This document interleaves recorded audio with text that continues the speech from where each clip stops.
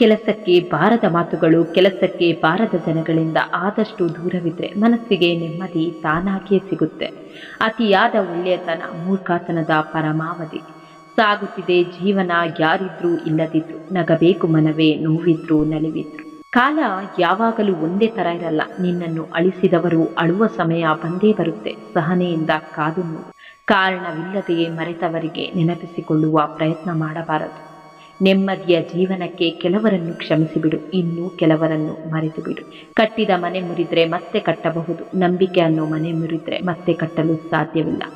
ಧೂಳು ಹಿಡಿದ ಪುಸ್ತಕದಲ್ಲೇ ಅನೇಕ ಉತ್ತರಗಳು ಸಿಗುತ್ತೆ, ಕೊಡವಿ ಓದಬೇಕಷ್ಟೆ. ಯಾರೋ ಒಬ್ಬ ವ್ಯಕ್ತಿಯನ್ನು ಸಮಯಕ್ಕೆ ತಕ್ಕಂತೆ ನಂಬಿಸಿ ಮೋಸ ಮಾಡುತ್ತಾರೋ ಅಂಥವರಿಗೆ ಆ ಸಮಯವೇ ಒಂದು ದಿನ ತಕ್ಕ ಪಾಠ ಕಲಿಸುತ್ತೆ. ಪೂರ್ತಿ ಸಿಹಿಯಾಗಬೇಡಿ, ಪ್ರಪಂಚ ನುಂಗಿ ಬಿಡುತ್ತೆ. ಪೂರ್ತಿ ಕಹಿಯಾಗಬೇಡಿ, ಪ್ರಪಂಚ ಉಗಿದು ಬಿಡುತ್ತೆ. ಚಾಡಿ ಹೇಳಿ ಒಬ್ಬರಿಂದೊಬ್ಬರಿಗೆ ಕಲಹಗಳನ್ನು ತಂದಿಡುವವರು ಬೇರೆ ಪಾಪ ಕರ್ಮಗಳನ್ನು ಮಾಡಬೇಕಾಗಿಲ್ಲ.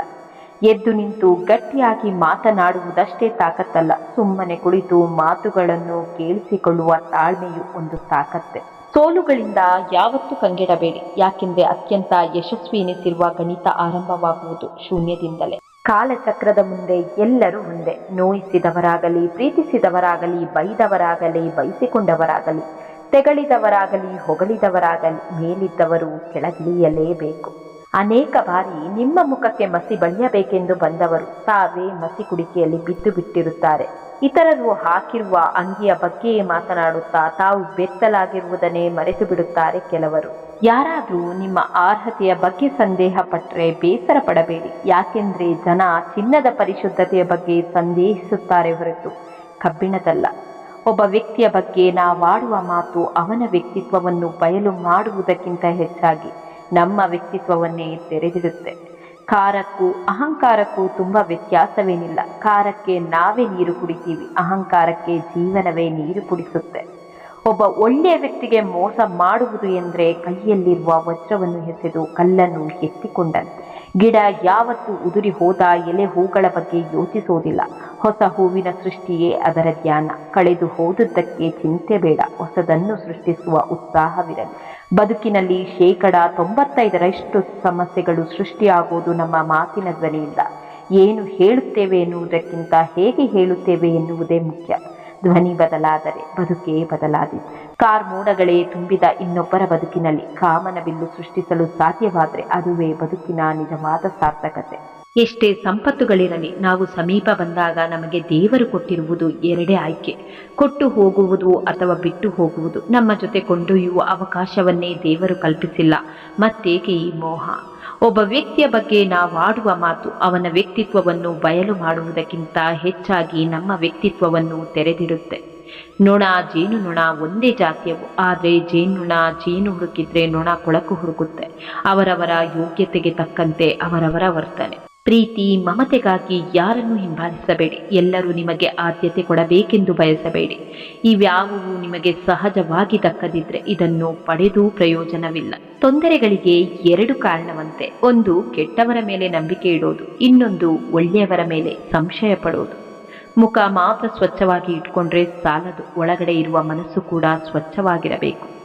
ಮಾತಲ್ಲೇ ಮನೆ ಕಟ್ಟುವವರ ಬಳಿ ಕಿವುಡನಾಗಿರು, ಬೆಲೆ ಕೊಡದವರ ಬಳಿ ಮೂಕನಾಗಿರು, ಮಮತೆ ಇಲ್ಲದವರ ಬಳಿ ಅನಾಥನಾಗಿರು, ಸೊಕ್ಕಿನಿಂದ ಇರುವವರ ಬಳಿ ಒಂಟಿಯಾಗಿರು, ಕಷ್ಟಕ್ಕೆ ಆಗುವವರ ಬಳಿ ಎಂದಿಗೂ ಋಣಿಯಾಗಿರು.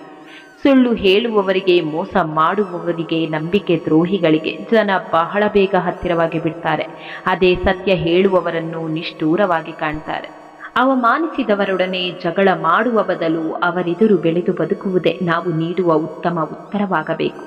ನಮಗೆ ಅನುಮಾನ ಮಾಡಿದವರ ಮೇಲೆ ಸೇಡು ತೀರಿಸಿಕೊಳ್ಳುವ ಯೋಗ್ಯ ವಿಧಾನವೆಂದರೆ ಅವರೆದುರೇ ಯಶಸ್ಸು ಸಂಪಾದಿಸಿಕೊಂಡು ತಲೆ ಎತ್ತಿ ನಡೆಯುವುದು.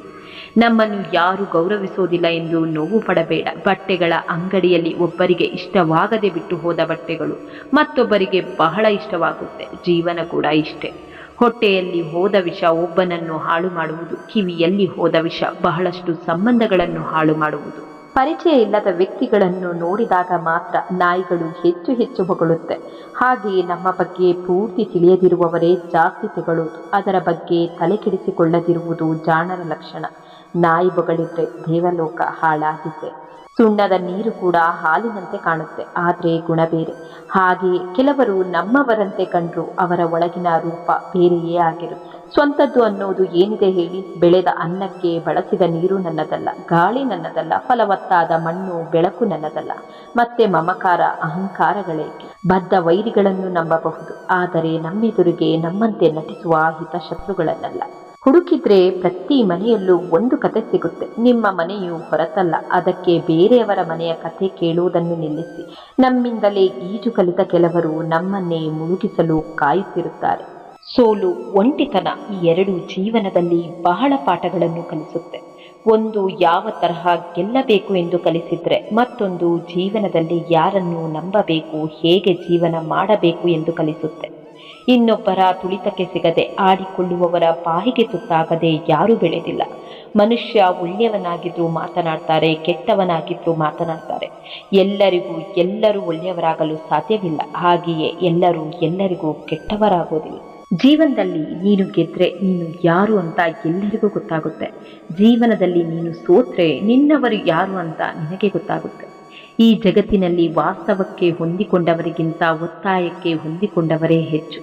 ಹಣವನ್ನು ಯಾವಾಗ ಬೇಕಾದರೂ ಸಂಪಾದನೆ ಮಾಡಬಹುದು, ಆದರೆ ಸಮಯ, ನಂಬಿಕೆ, ಪ್ರೀತಿ ಎಲ್ಲವೂ ಒಂದೇ ಬಾರಿ ಮಾತ್ರ ಬರೋದು.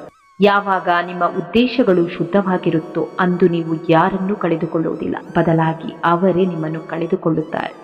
ಲೋಕವನ್ನು ತಿಳಿದವರು ನಾಚಿಕೊಳ್ಳುವುದಿಲ್ಲ, ತನ್ನನ್ನು ತಿಳಿದವನು ಅಹಂಕಾರಿಯಾಗುವುದಿಲ್ಲ. ಕೆಲವೊಂದು ಸಂಬಂಧಗಳು ಬಾಡಿಗೆ ಮನೆಯಾಗಿ ಎಷ್ಟೇ ಶೃಂಗರಿಸಿದ್ರೂ ನಮ್ಮದಾಗುವುದಿಲ್ಲ. ಕಳೆದು ಹೋದದ್ದನ್ನು ಕಳೆದುಕೊಂಡ ಸ್ಥಳದಲ್ಲೇ ಹುಡುಕಬೇಕು. ಹಾಗೆಯೇ ಎಲ್ಲಿ ಸೋಲುತ್ತೇವೋ ಅಲ್ಲೇ ಗೆಲ್ಲಬೇಕು. ದೂರ ಹೊರಟ ಹಿತವರ ಬಳಿ ಕಾರಣ ಕೇಳಿ ಚಿಕ್ಕವರಾಗುವುದಕ್ಕಿಂತ ಕೇಳದೆ ದೂರವಾಗುವುದೇ ಒಳಿತು ಅಲ್ಲವೇ? ಬದಲಾವಣೆ ಜಗದ ನಿಯಮ. ಇತರರು ಮೆಚ್ಚಲಿ ಎಂದು ನೀನು ಎಂದಿಗೂ ಬದುಕಬೇಡ, ಯಾಕೆಂದರೆ ಅವರುಗಳ ಅಭಿಪ್ರಾಯ ಯಾವ ಸಂದರ್ಭದಲ್ಲಿ ಹೇಗೆ ಬೇಕಾದರೂ ಬದಲಾಗಬಹುದು. ಬದುಕು ವರ್ಣಮಯವಾಗಿರಬೇಕೇ ಹೊರತು ನಾಟಕೀಯವಾಗಿ ಅಲ್ಲ. ಸಮಯ ಸರಿ ಇದ್ದಾಗ ನಾವು ಸರಿ ಇರೋಲ್ಲ, ನಾವು ಸರಿ ಇದ್ದಾಗ ಸಮಯ ಸರಿ ಇರಲ್ಲ. ಎಲ್ಲವೂ ಸರಿ ಇದ್ದಾಗ ನಾವೇ ಇರಲ್ಲ. ನೀನು ಕಷ್ಟದಲ್ಲಿದ್ದಾಗ ಆಗೋ ಒಂದು ಒಳ್ಳೆಯ ಸಂಗತಿ ಏನಂದರೆ, ನಿನ್ನವರು ಅಂತ ಇದ್ದಾರಲ್ಲ ಅವರ ನಿಜವಾದ ಬಣ್ಣ ಆಗಲೇ ಗೊತ್ತಾಗೋದು. ಒಂದು ಹಂತದವರೆಗೆ ನೋವು ಸಹಿಸಿದ ನಂತರ ಮನುಷ್ಯ ಮೌನವಾಗುತ್ತಾನೆ. ಆಮೇಲೆ ಯಾರನ್ನೂ ದೂಷಿಸೋದು ಇಲ್ಲ, ಯಾರಿಂದ ನಿರೀಕ್ಷಿಸೋದು ಇಲ್ಲ. 4 ದಿನ ದೂರ ಹೋಗಿ ನೋಡಿ, ಜನ ನಿಮ್ಮನ್ನು ಮರೆತೇ ಬಿಡ್ತಾರೆ. ಜೀವನವಿಡೀ ಮನುಷ್ಯ ತಾನು ಎಲ್ಲರಿಗೂ ಬೇಕಾದವನು ಅನ್ನೋ ಭ್ರಮೆಯಲ್ಲಿ ಇರ್ತಾನೆ. ಆದರೆ ನಿಜ ಏನು ಅಂದರೆ, ಜನರಿಗೆ ನೀವು ಇದ್ರೂ ಇಲ್ಲದಿದ್ರೂ ಏನೂ ವ್ಯತ್ಯಾಸ ಆಗೋದಿಲ್ಲ. ನಿಮ್ಮ ಅವಶ್ಯಕತೆ ಇದ್ದಾಗ ಮಾತ್ರ ನಿಮ್ಮನ್ನು ನೆನಪಿಸಿಕೊಳ್ತಾರೆ. ಅದಕ್ಕೆ ನೀವು ನಿಮಗೋಸ್ಕರ ಬದುಕಿ. ಯಾರ ಜೊತೆ ಎಷ್ಟರ ಮಟ್ಟಿಗೆ ಇರಬೇಕೋ ಅಷ್ಟರ ಮಟ್ಟಿಗೆ ಮಾತ್ರ ಇರಬೇಕು. ಎಲ್ಲರೂ ನಮ್ಮವರು ಎಂದುಕೊಂಡು ಒಳ್ಳೆಯತನಕ್ಕೋಸ್ಕರ ಏನಾದರೂ ಮಾಡಿದರೆ ಕೊನೆಗೆ ನಾವೇ ಕೆಟ್ಟವರಾಗ್ತೀವಿ. ಕುದಿಯುವವರು ಕುದಿಯಲಿ, ಉರಿಯುವವರು ಉರಿಯಲಿ, ನಿನ್ನ ಪಾಡಿಗೆ ನೀನಿರು. ಕುದಿಯುವವರು ಆವಿಯಾಗುತ್ತಾರೆ, ಉರಿಯುವವರು ಬೂದಿಯಾಗ್ತಾರೆ. ಕಷ್ಟಗಳನ್ನು ಮೌನವಾಗಿ ದಾಟಬೇಕು. ಪರಿಶ್ರಮ ಸದ್ದಿಲ್ಲದೆ ಸಾಗಬೇಕು. ಸಿಗುವ ಯಶಸ್ಸಿನ ಶಬ್ದ ಜಗತ್ತಿಗೆ ಕೇಳಿಸುವಷ್ಟು ಜೋರಾಗಿರಬೇಕು. ಬಯಸಿದ್ದೆಲ್ಲ ಸಿಗುವಂತಿದ್ರೆ ಬಯಕೆಗೆ ಬೆಲೆ ಇರುತ್ತಿರಲಿಲ್ಲ. ಅನಿಸಿದ್ದೆಲ್ಲ ಹೇಳುವಂತಿದ್ರೆ ಮೌನಕ್ಕೆ ಅರ್ಥ ಇರುತ್ತಿರಲಿಲ್ಲ.